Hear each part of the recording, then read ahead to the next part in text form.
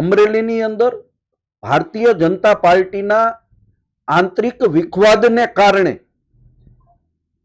જે બનાવ બન્યો ને એ બનાવની અંદર પાટીદાર સમાજની દીકરીને કોઈ પણ જાતના વાક ગુના વગર એક પત્ર જેને ત્યાં નોકરી કરતી હતી અને કોમ્પ્યુટરાઇઝ કરાવવા દીધો અને એ દીકરી ઉપર એફઆઈઆર કરવામાં આવે, રાત્રે 12 વાગે એની ઉપર એને એરેસ્ટ કરવામાં આવે અને રીકન્સ્ટ્રક્શનના નામે એનું સરઘસ કાઢવામાં આવે.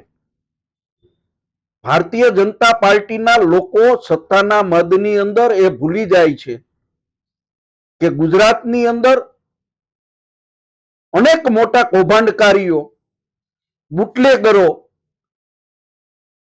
મર્ડર કરનારા લોકો જેલની અંદર જાય છે અને મોજ કરે છે.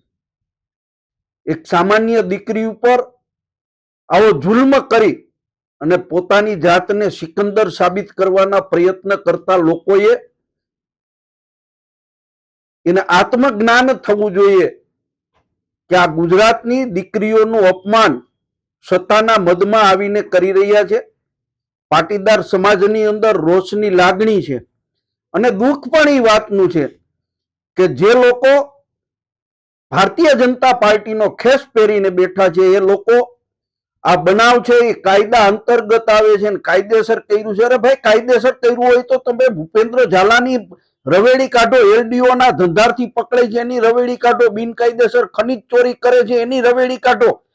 ગુનેગારોને છાવરો છો અને એક નિર્દોષ પાટીદાર સમાજની દીકરી ઉપર તમે આ ટાઈપનું કરો છો રીકન્સ્ટ્રક્શનના નામે. દુઃખદ બાબત છે. પાટીદાર સમાજ તમને ક્યારેય માફ નહીં કરે.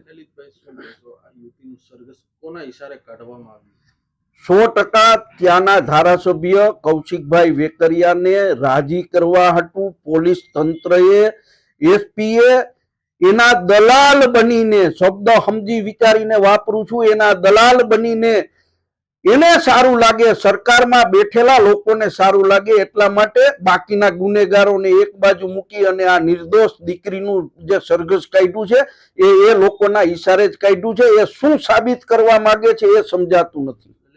ગુજરાતના મુખ્યમંત્રી પણ એક પાટીદાર. શરમજનક વાત છે કે સરકારમાં બેઠેલો એક પણ પાટીદાર સમાજનો દીકરો આ બાબતે કાંઈ બોલતો નથી અને ઉલટાનું જે કાંઈ કાર્યવાહી થઈ છે એ કાયદેસર થઈ છે એવું ગણાવી રહ્યા છે. ગુજરાતની પ્રજા બધું જોઈ રહી